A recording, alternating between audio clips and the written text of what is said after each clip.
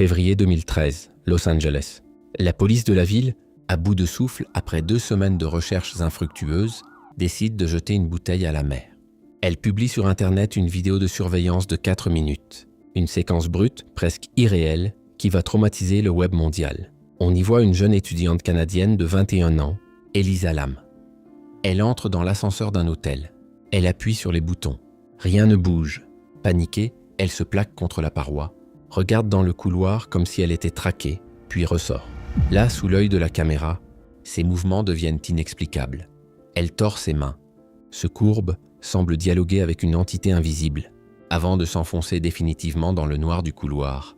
Pour comprendre la trajectoire d'Elisa Lam, il faut d'abord comprendre le lieu du drame.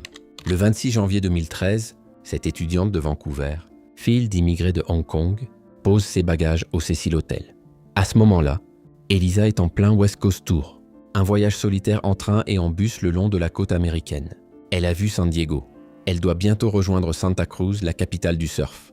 Mais pour l'instant, elle est à Los Angeles. Et elle a choisi le pire endroit possible, le Cecil. 14 étages d'une bâtisse couleur, sable qui projette son ombre sur Skid. Row, le quartier des amochés, l'épicentre de la misère, de la drogue et de la criminalité à Los Angeles. Mais le Cecil n'est pas seulement mal placé, il est maudit.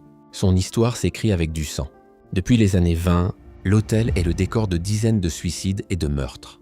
En 1985, le tueur en série Richard Ramirez, surnommé le Night Stalker, il loue une chambre au dernier étage. Entre 2 supplices infligés à ses victimes, il rentre au Cecil, jette ses vêtements, ensanglanté dans les bennes de l'hôtel et s'endort. En écoutant du AC/DC, en 1991, c'est le tueur en série autrichien, Jack Unterweger, qui s'y installe pour traquer les prostituées du quartier. C'est dans ce repère de monstres qu'Elisa Lam décide de descendre. Au début, le voyage ressemble à celui de n'importe quel touriste de son âge. Elle achète des livres, de la musique pour ses proches au Last Bookstore, une immense librairie du centre-ville. La propriétaire Katie Orphan sera l'une des dernières à la voir vivante. Elle décrira une jeune fille tout à fait normale, calme, polie. Mais le 31 janvier 2013, la mécanique s'enraye. C'est le jour où Elisa doit rendre sa chambre pour continuer sa route. C'est aussi le jour où elle ne passe pas son appel quotidien à ses parents.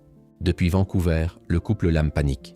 Elisa leur a promis de téléphoner chaque soir. Ce silence n'est pas un simple oubli, c'est une disparition. Les parents débarquent en urgence à Los Angeles. Le LAPD ouvre une enquête, mais la police patine. Pas de témoins, pas d'indices, pas de traces de lutte dans sa chambre. Elisa Lam s'est volatilisée dans les couloirs du Cecil comme un fantôme, jusqu'à ce que les enquêteurs visionnent les bandes de l'ascenseur. Arrêtons-nous un instant sur ces images. L'horloge de la vidéo est illisible, masquée par la police. Elisa entre elles porte un sweat rouge. Elle sélectionne plusieurs étages. Les portes restent désespérément ouvertes. C'est là que la paranoïa s'installe. Regardez sa posture. Elle se cache dans l'angle mort de la cabine. Puis elle avance la tête, scrute le couloir à gauche, à droite, d'un geste saccadé. Elle rentre à nouveau, appuie frénétiquement sur toutes les commandes. L'ascenseur refuse d'obéir. Elisa ressort sur le palier. Et c'est là que la scène bascule dans l'irréel. Ses bras se mettent à bouger de manière paranormale. Ses mains se tordent, ses doigts s'écartent. Elle semble se plier, entamer une discussion muette, une danse macabre avec le vide. Y a-t-il quelqu'un dans l'angle mort de la caméra? Est-elle sous l'emprise d'une force qui nous échappe? Elle finit par s'en aller sur la gauche. Quelques secondes plus tard, les portes de l'ascenseur se ferment enfin, puis se rouvrent à plusieurs reprises sur un couloir totalement désert. L'énigme est scellée. 3 semaines après sa disparition, les clients du Cecil commencent à se plaindre. L'eau des douches et des robinets a une couleur noirâtre. Elle a un goût étrange, nauséabond. Le 19 février, un employé de maintenance monte sur le toit pour inspecter les 4 grandes citernes cylindriques qui alimentent l'hôtel en eau potable. Il grimpe à l'échelle, ouvre la lourde trappe d'accès de l'un des réservoirs et regarde à l'intérieur. Au milieu de l'eau sombre, le corps d'Elisa Lam flotte entièrement nu, ses vêtements flottant à côté d'elle. Ceux-là même qu'elle portait dans l'ascenseur. L'autopsie conclura à une mort par noyade accidentelle, pointant du doigt les troubles bipolaires de la jeune femme qui auraient pu provoquer une crise de délire de persécution.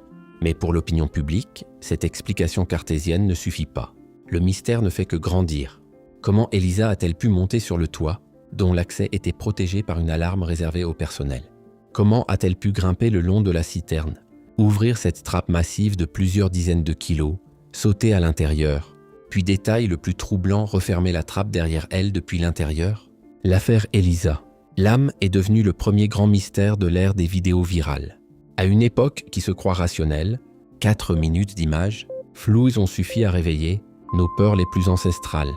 Possession démoniaque, complot policier, tueur invisible, ou simple et terrible tragédie de la santé mentale égarée. Le Cécile a depuis changé de nom, tenté de repeindre ses murs pour effacer ses morts. Mais dans la nuit de Los Angeles, l'ombre de la chambre 434 plane toujours. Qu'avez-vous vu dans cet ascenseur? Une jeune fille traquée par un homme ou par ses propres démons? Laissez votre théorie en commentaire. Abonnez-vous.